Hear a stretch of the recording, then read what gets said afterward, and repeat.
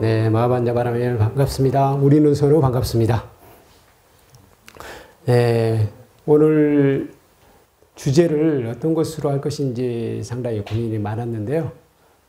우선은 부처님의 생애를 어떻게 이해할 것인지, 또 부처님의 생애를 우리가 어떻게 닮을 것인지, 이게 우리 불자들에게는 가장 중요하다고 생각을 했습니다. 그런 점에서 이 이야기를 먼저 해드려야 되겠다. 부처님의 생애를 통해서 무엇을 배울 것이냐, 그 점에 대해서 오늘 생각해 보도록 하겠습니다. 나와 그대들은 이제 신과 인간의 모든 속박으로부터 자유를 얻었다. 그대들이여 이제 전도의 길을 떠나라. 인간과 신들의 이익과 행복을 위해 머물지 말고 떠나라. 혹시 들어보신 적 있으세요? 잘 들어봤습니다. 네. 그래서 부처님께서 60명의 아라를 앞에 두고 바로 이 전도선언을 합니다. 바로 이겁니다. 인간과 신들의 이익과 행복을 위해 우리는 부처님의 가르침을 전해야 돼요. 근데 부처님의 가르침이 굉장히 많잖아요. 우리가 84,000 법문이라고 하는데 84,000 법문을 모두 다 공부해서 전하는 것은 굉장히 힘든 일입니다. 근데 자세히 보면 부처님의 생애 속에 이미 답이 있다는 거예요. 그런 점에서 부처님의 생애를 우리가 잘 알게 되면 부처님을 닮아감으로써 자연스럽게 부처님의 가르침을 실천하는 것이 된다는 겁니다. 그런 점에서 오늘은 제가 부처님의 생애를, 부처님은 단순히 추앙해야 할 분이 아니라 우리 불자들이 닮아가야 할 스승이다. 그래서 이 부분이 우리 불교에서는 굉장히 중요한 겁니다. 다른 종교에서, 예를 들어서 이웃 종교, 기독교를 예로 들어볼까요? 기독교에서 근데 여호와 하느님이 되어야 한다. 그 말까지 합니까? 그 말까지는 안 되죠. 우리는 부처님이 되어야 된다. 성불해야 된다라는 말을 하잖아요. 그래서 아마 이 성불의 개념, 부처님이 되어야 된다는 개념, 부처님을 닮아가는 개념까지도 실제로 그래요. 다른 종교에서는 없는 우리 거의 불교만의 전통이라고 할 수 있습니다. 그래서 부처님의 생애를 우리가 배워야 되는 이유, 첫 번째, 부처님의 생애 자체가 가르침이다. 당신의 생애는 당신의 가르침과 조금의 오차도 없다는 겁니다. 그리고 우리 불교에서 늘 이야기하는 것, 우리 특히 대승불교에서 이야기하는 것, 누구나 부처가 될 수 있다 라고 했습니다. 그리고 부처가 되는 것이야말로 우리의 목표라고 이야기해요. 그래서 우리 법회 때 마지막에 헤어지면서 하는 말, 또는 만나면서도 하는 인사가 있죠. 성불합시다. 성불하세요. 그런 인사법이 있잖아요. 그것도 우리 불교의 희귀한 거예요. 그래서 누구나 다 부처가 될 수 있다는 거예요. 그럼 누구나 다 부처가 됐다면 먼저 부처가 되신 분이 어떻게 살았는지를 아는 것이 굉장히 중요하겠죠. 그래서 부처님의 생애를 공부하는 것이, 부처님의 생애를 아는 것이 중요하다는 것입니다. 그리고 부처님의 생애를 살펴보다 보면은요, 부처님께서 제자들이 당신을 닮아갈 수 있도록 배려했음을 알 수 있어요. 사실 부처님은 신통력이 대단하신 분이어서요, 아주 다른 사람이 따라할 수 없는 것을 많이 하실 수도 있었어요. 그런데 실제로 그런 것을 많이 보여주지 않으셨다는 거예요. 그런 것을 많이 보였다면 우리가 따라가기 힘들잖아요. 그러니까 예를 들자면 부처님께서 열반하셨던 장면 생각을 해보세요. 우리 이제 선승들 중에서 아주 독특하게 열반하신 분 계시잖아요. 탁 나뭇가지를 툭 꺾다가 싹 열반해 드신 분도 계시고, 또 앉아서 가신 분도 계시고 그러잖아요. 근데 그 부분은 우리가 따라가기가 쉽지가 않잖아요. 그렇죠? 근데 부처님께서는 가만히 보면 누구나 다 할 수 있는 가장 평범한 방법으로, 물론 그게 거기까지 가기가 쉽지는 않습니다. 근데 수행을 충분히 하면 갈 수 있는 그 경지로, 그런 방법으로 열반에 드셨던 겁니다. 근데 그런 면에서 보면은 부처님 생애를 잘 살펴보면은, 무리들이, 제자들이 따라갈 수 있도록 배려하셨구나 하는 것을 알 수 있다는 겁니다. 제가 한번 읽어드리겠습니다. 붓다.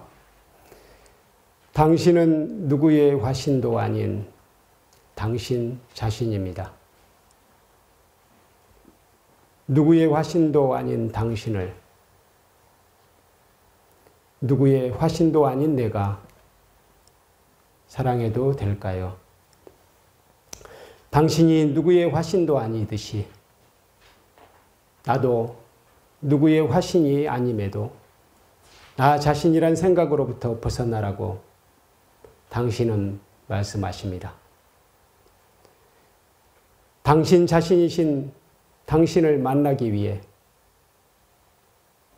나는 사랑합니다. 나 자신일 뿐인 내가 사랑합니다. 당신은 말씀하십니다. 너는 내가 아니다. 제가 썼던 시인데요. 나는 이제 부처님을 닮아가겠다.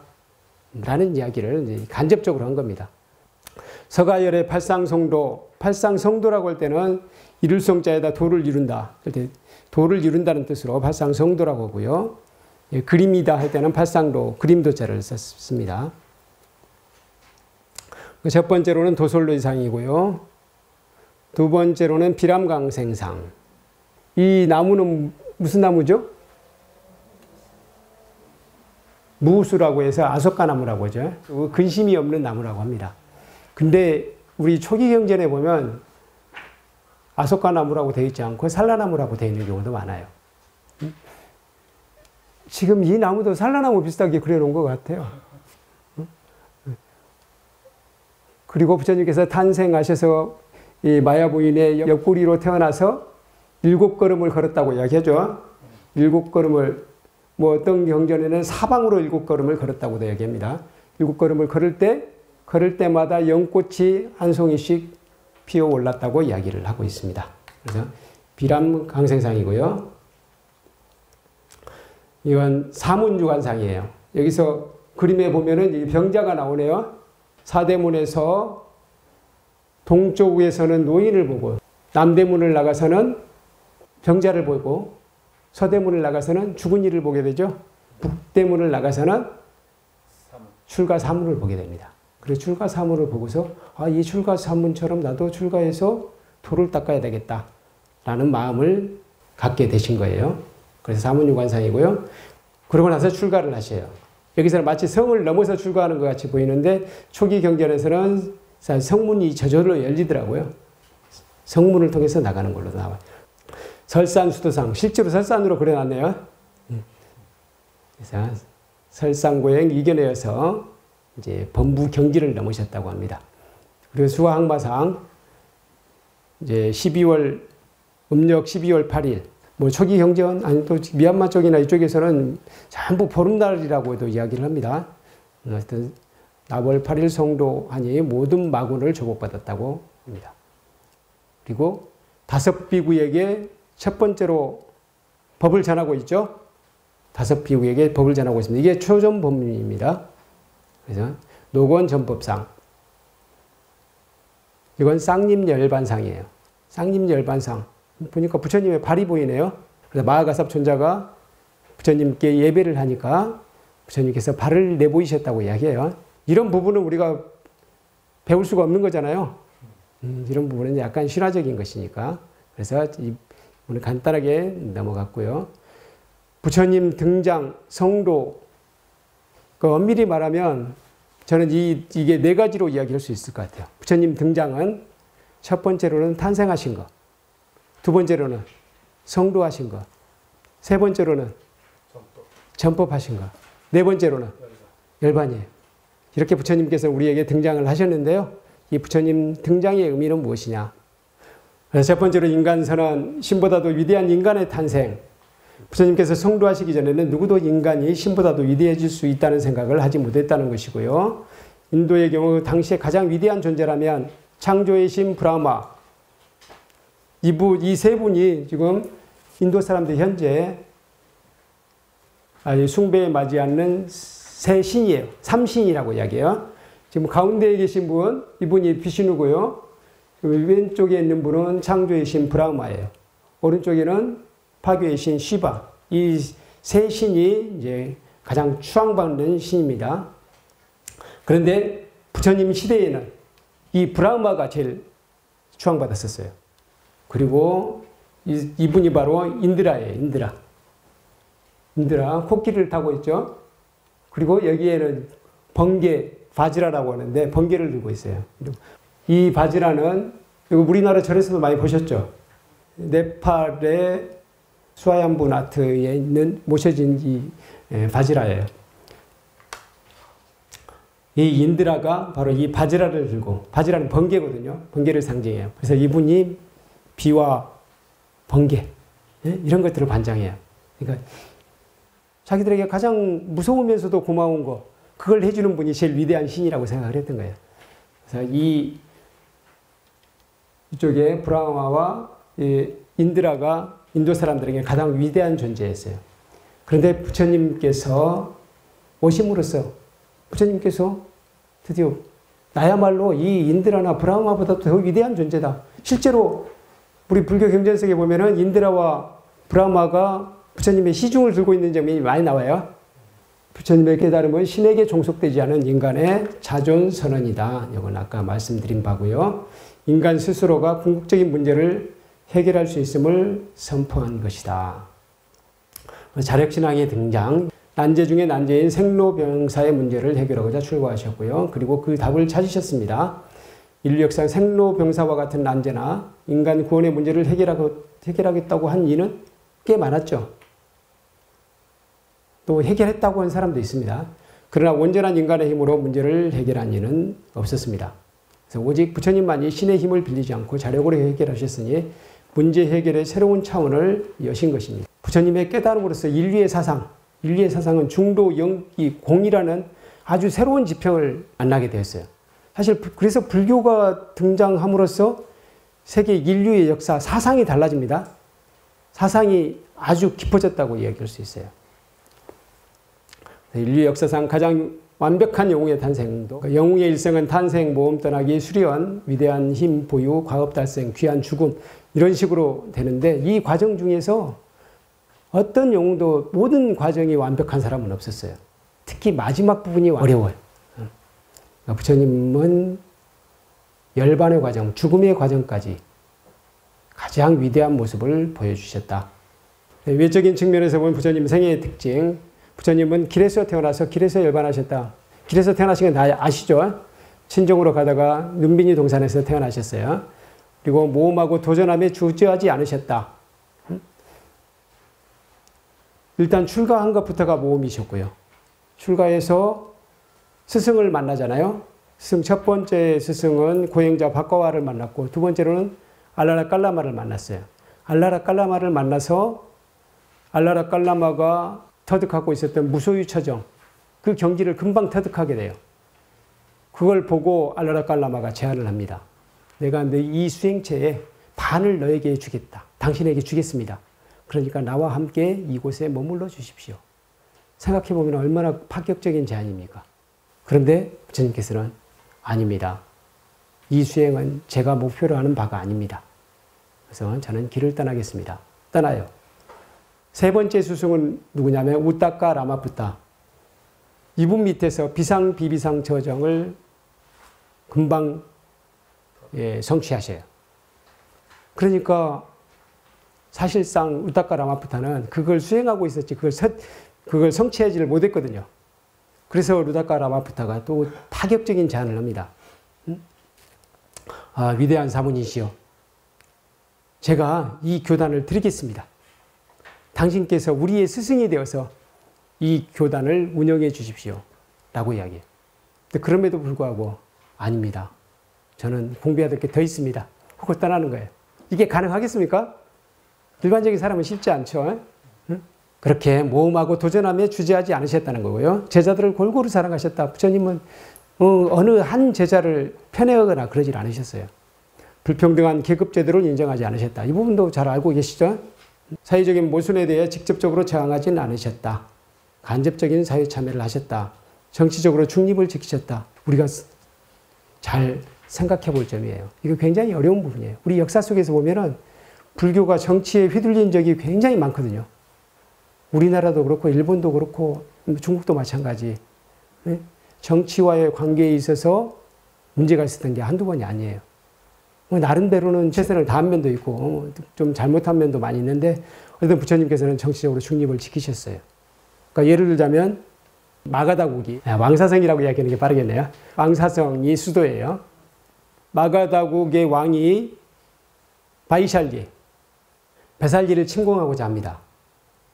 베살리를 침공하고자 대신을 보내요. 부처님께. 대신을 보내가지고 내가 베살리를 치려고 하는데 부처님께서는 어떻게 생각하십니까? 라고 물어봐요.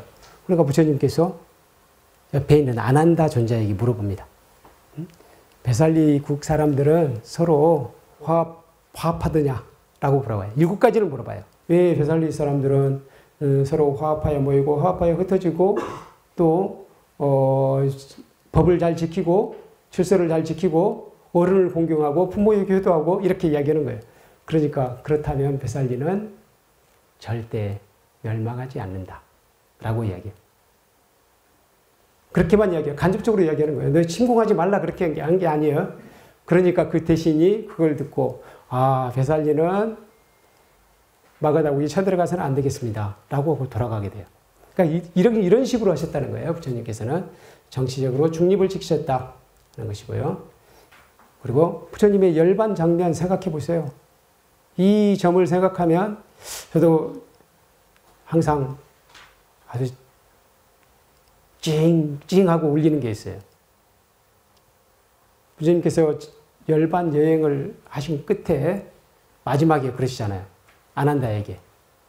아난다여 가사를 4겹으로 접어서 저 나무 밑에 자리를 깔아주라. 응? 피곤하구나. 누워야겠다. 라고 말씀하시죠. 이걸 보면 길에서 태어나 길에서 열반하신 부처님의 모습. 이걸 통해서 우리는 소박하게 사는 것. 그것이 어떤 것인가는 생각해 볼 필요가 있겠습니다. 그리고 모험하고 도전함에 주저하지 않으셨다. 이분도 첫 번째 모험은 바로 출가이고요. 두 번째 모험은 바로 아까 말씀드렸던 알라나칼라마 박격적인 제안을 거절하고 길을 떠났습니다. 그리고 세 번째로는 우타카 라마푸타의 제안을 거절하고 길을 떠나셨습니다. 그리고 다섯 번째는 또 전법 여행을 떠나셨어요. 부처님께서 연세 80이 되었을 때 그때 전법 여행을 떠나시거든요. 근데 우리들이 상식적으로 생각하면 이제 떠날 때가 됐으면 그냥 살던 곳에서 편히 마지막 이제 편안하게 떠나겠다 그런 생각을 하게 되지 않을까요? 근데 마지막에도 길을 떠나시잖아요. 마지막에도 길을 떠나셔요. 그럼 부처님께서 이 모험하고 도전함에 얼마나 주저하지 않으셨는지 이걸 알 수 있어요. 그런데 우리 불자들은 의외로 다른 종교에 비해서 이 부분이 제일 약해요. 모험하고 도전하지 않아요. 그리고 열심히 권하지도 않은 편이에요. 그러니까 좋은 것을 가지고 있으면서도 내가 이런 가르침은 나 혼자 갖고 있기 힘들다. 그러니까 당신들에게 베풀고 싶다. 해가지고 열심히 전법하지 않잖아요. 그렇죠? 근데 부처님은 그러지 않으셨다는 거예요. 그러니까 이걸 보면 우리 불자들은 달라져야 돼요. 사실은 불자들이야말로 다른 어떤 종교보다도 더 진취적이어야 된다는 거예요. 그럼 부처님이 그러셨으니까요. 우리는 이해가 가요. 왜 그랬냐? 2조 500년이에요. 조선후군요. 고려 때까지는 안 그랬어요. 조선 왕조 500년 동안 사실 불교가 굉장히 핍박을 받았잖아요. 그래서 너는 불자다라고 하면은 벼슬길이 막혔어요. 출세길이 막혔어요. 실제로 그랬습니다. 그래서 많은 분들이 심정적으로는 불교에 심취해 있으면서도 겉으로는 얘기하지 않은 분이 많아요. 그래서 우리 조선왕조 500년 불교가 오랫동안 억압받다 보니까 불자라는 것을 내세우기가 어려워졌던 거예요. 그게 우리 DNA 속으로 들어가 버린 것 같아요. 그러다 보니까 불자들이 이 부분이 제일 약하다는 거예요. 우리 한국 불자들은. 모험하고 도전함에 주저하지 않으셨던 바로 부처님의 정신을 우리가 이어받는데 제일 약하다는 생각이 듭니다. 우리 내적인 측면에서 본 부처님 생애의 특징. 제가 이렇게 딱 4가지로 이야기한 것은 이 4가지를 내가 본보다 봐야 되겠다라고 딱 생각하고 있거든요. 첫 번째로는 자비로워져야 된다. 부처님 오랫동안 이제 닦으셔서 이미 이 세상에 오실 때부터 그 자비로운 것이 완벽하게 당신의 삶 속에 구현이 되어 있지만 우리는 좀 부족하잖아요. 그래서 끊임없이 이제 이걸 연습을 해야 돼요. 그래서 자비로워야 된다 생각을 하고 있고, 성실하게 살아야 된다. 그리고 항상 알아차리면서 살자. 부처님께서 늘 강조하셨던 부분이거든요. 그리고 내려놓음. 저도 여기 오기 전에도 이게 무슨 이야기를 해야 될까? 이게 계속 생각을 하거든요. 생각에 생각이 꼬리를 물어. 사실은 그걸 좀 쉬어줘야 되거든요. 첫 번째로는 자비심. 이 자비심을 이야기할 때 제가 첫 번째로 하는 이야기가 똥꾼 니다이 이야기예요. 인도의 골목은 굉장히 좁습니다. 근데 부처님께서 저 반대쪽에서 오고 계셔요. 니다이가 또 그 반대쪽에서 오고 있습니다. 근데 니다이가 부처님을 보고 전부 다 그 거룩한 모습에 정말 너무 감동을 했어요. 근데 한편으로는 저 위대하신 분이 저하고 같은 길에 마주친다는 것 자체가 너무 긴장이 되는 거예요. 그래서 부처님하고 같이 와서 이렇게 잘 빗겨야 되는데 그때 엎어져 버려요. 엎어졌으니 어떻게 되겠어요? 똥이 완전히 막 이게 범벅이 됐겠죠? 엎어졌어요. 그러니까 이 니다이가 어쩔 줄을 모르는 거예요. 응? 어쩔 줄을 몰라. 너무 죄송하고. 그래서 자기가 내가 진짜 존경하시는 분 앞에서 오히려 이런 실수를 냈으니까 얼마나 당황했겠어요. 그때 부처님께서 똥꾼 니다이의 손을 잡고 니다이야 걱정 말아라. 나하고 같이 강물에 가서 씻자라고 해요. 그래서 손을 잡고 가서 강물에서 다 씻어주면서 부처님께서 이렇게 말씀하십니다. 염려 말아라 니다이야. 나의 법은 청정한 물이니 더러움을 씻어 깨끗이 하느니라. 나의 법은 넓은 바다 같은지라 일체를 받아들여 더러움에서 해탈케 하나니 나의 법 안에서는 빈부 귀천이 없느니라. 어찌 종족과 계급을 상관하겠느냐. 이렇게 말씀을 하십니다. 부처님이 이렇게 자비로우셨던 분이신 거예요. 부처님의 하루 일과 이걸 보면 부처님이 얼마나 성실하시게 사셨는지 알 수 있어요. 그래서 새벽 시간에 이렇게 4시에 기상해서 4시, 5시에는 좌선하시면서 열반의 기쁨을 누리셨고요. 5시에서 6시에는 세상을 둘러보면서 세상을 쭉 둘러보면서 어떤 사람이 내 도움이 필요한가 한번 살펴보셨다는 거예요. 그래서 실제로 찾아가서 도움을 주기도 하셨다는 거예요. 이건 신통력으로 했습니다. 이 부분은 신통력으로 했어요. 4시, 5시에 했고요. 6시에서 8시 사이에 탁발을 나가셨어요. 탁발이 뭔지 아시죠? 음식을 빌려 가셨다는 거예요. 그리고 돌아오셔서 10시 전후에 늦어도 정오까지는 공양을 마치셨어요. 그리고 공양이 끝나면은 항상 법문을 하셨어요. 그리고 이건 오후 시간입니다. 오후 1시, 3시는 법당에서 제가자들을 위해서 법문을 하셨고요. 이때 출가자도 당연히 같이 동참할 수도 있었습니다.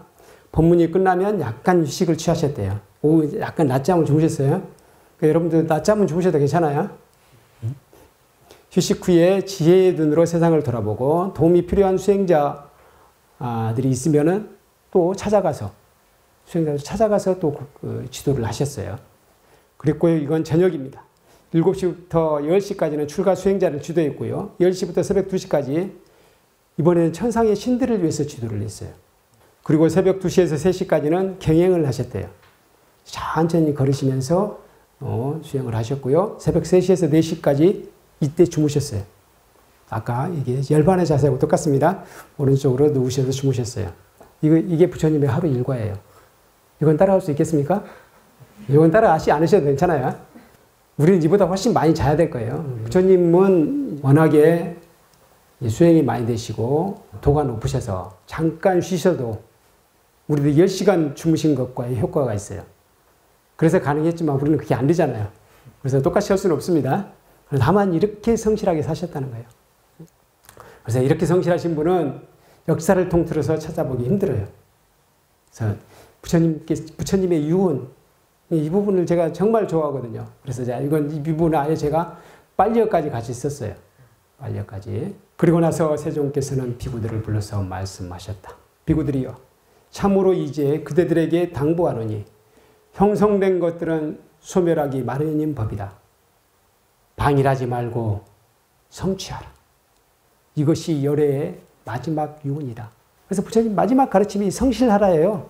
간단하게 이야기하면 성실하라예요. 그래서 이 빨리어로 이야기하면 이 부분이죠. 아빠마 됐나 쌈빠 됐다. 방일하지 말고 성실하게, 그런 뜻이에요. 방일하지 말고 쌈바됐다는 성취하라예요. 성취하라인데 그런 목적어가 빠졌네요. 목적어. 깨달음을 성취하라. 또는 여기서는 해야 할 바를 모두 성취하라. 이렇게 되겠죠. 그래서 부처님께서 마지막 가르침이 이거예요. 이것만 우리 외워두면 괜찮을 것 같아요. 한번 따라해 보실래요? 아빠마데나 쌈바됐다. 아빠마데나 쌈바됐다. 아빠마데나 쌈바됐다. 방일하지 말고 성취하라. 이것만 우리가 정확하게 이 뇌리 속에 확실하게 입력을 한다면 오늘 시간이 의미가 있지 않을까 싶어요. 그래서 결론적으로 오늘 제가 이제 말씀드렸던 거 간단하게 정리하겠습니다. 첫 번째로 부처님의 생애를 통해 모험심과 도전 정신을 배우자. 이건 제가 아까 강조해 드렸던 거죠. 우리 불자들이 이 부분이 상당히 부족해요. 모험심, 도전 정신을 갖자. 두 번째로 부처님의 생애를 통해 자비심을 배우자. 세 번째, 부처님의 생애를 통해 성실성을 배우자. 부처님의 생애를 본받아 늘 알아차리면서 살자. 부처님의 생애를 본받아 수시로 내려놓는 연습을 하자. 내려놓는 연습 이 부분은 가끔은 조용히 쉬어주는 거예요. 아무것도 안 하고 편안하게 생각도 안 하고 편안하게 쉬어주는 거예요. 제가 특별히 강조하고 싶은 것은 부처님의 생애를 통해 이 5가지를 꼭 실천해 봤으면 합니다. 너무 여러 가지 이야기하다 보니까 좀 입력이 잘 안 됐을 것 같은데요. 오늘 여기서 마치겠습니다. 감사합니다.